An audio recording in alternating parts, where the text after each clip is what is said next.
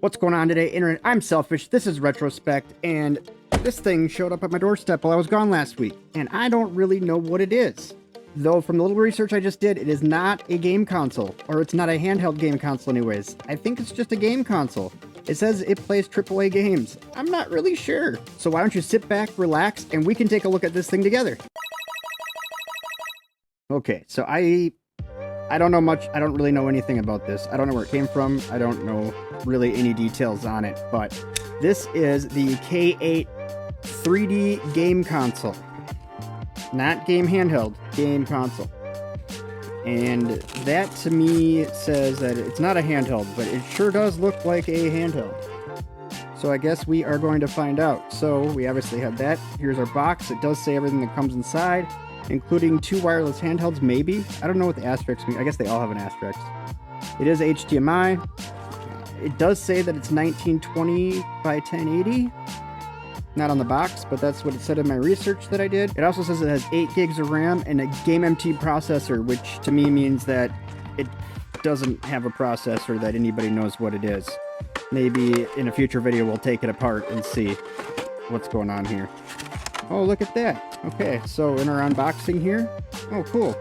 What is all this about? The box fell apart. So we have some pretty extensive word paper here. Talks about controllers and how everything works. That makes me think it's an Android TV box, but we are about to find out. And it looks like it came with some extra buttons, which would give us, what, access to changing the D-pad, maybe? Oh. Do I have to put this thing together? So these are some awkward little controllers. They're just a little squished. Not too bad though. They have clicky joysticks. They're kind of Switch-ish style, maybe even a little bigger than a Switch joystick. The D-pad is really kind of soft. And the face buttons are about the same. Okay. Yeah, on-off switch, batteries. The battery door fell off this other one. At least it came with the controller, so that part's kind of neat.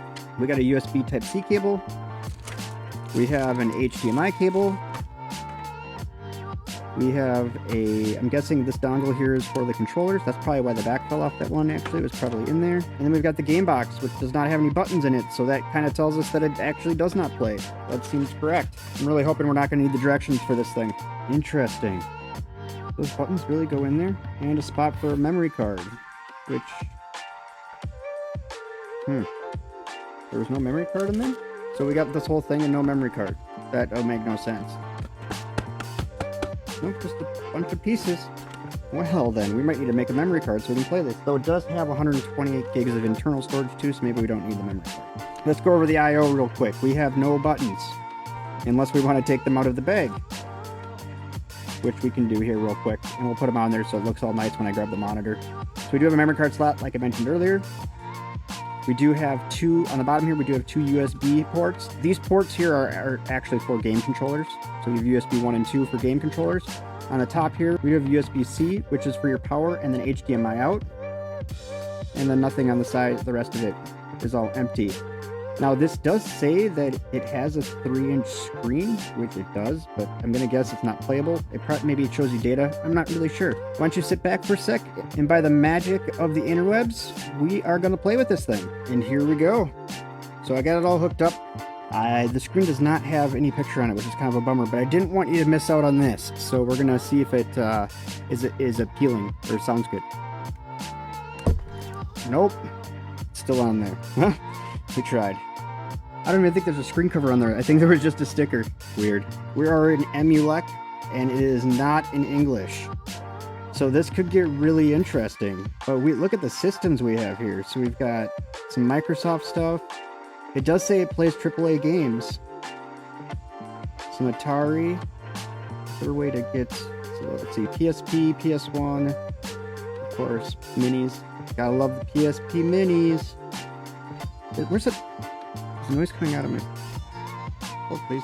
So we got Mega Drive, Master System. This pretty much looks like every system you see on a Mini, minus the adding of Microsoft. Yeah, you could put these on a Mini. So I don't know where the AAA games are. Let's try out Castlevania, because that's in English. And none of the other ones have box art. So this is Castlevania on N64.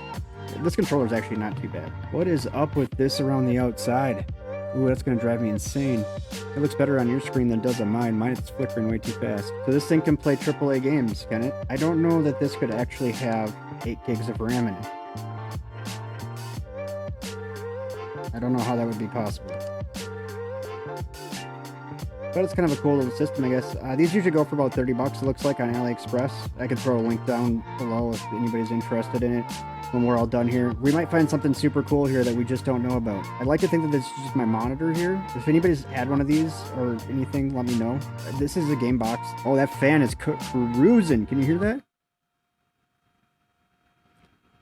Sounds like a weed whipper. That fan is moving more than a fan on like my PlayStation does. There has to be a way to change this to English, and I don't know what that way is. Okay, there's got to be a way to change the language on here. We need to figure that out before we can go any further, I think. Ah. Please, please be English.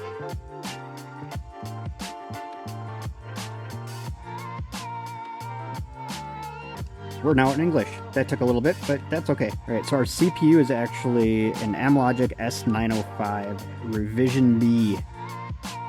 So that's like apparently what they called the Game MT or whatever it was that they called this thing. So I have a feeling these games are still not going to be in English, but we'll give it a shot. Let's see if we know how to change the language in RetroArch. Don't mind me over here just trying to figure out where the language settings are in RetroArch. Don't mind me over here just using my Google Translate. 2 hours later. I've been trying to figure out for an hour now how to get this all set up so I can read it. But apparently we're just going to try playing some games.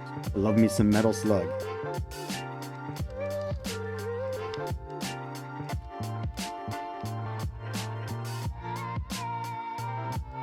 Not too bad. It's a little laggy. It really does feel almost like an arcade stick.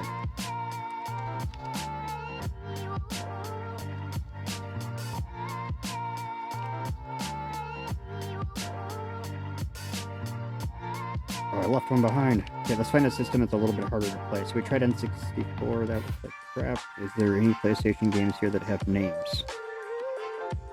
No. Cool. Let's try this one. CCT. That's all I got out of it.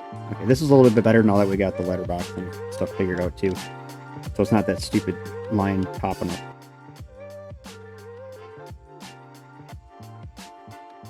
I was unaware that I even opened my parachute, but apparently I opened it too early the first time.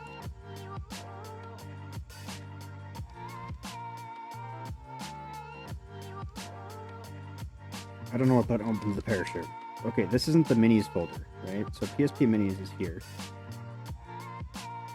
But PSP, pretty much the same games. Yeah, same games, different order.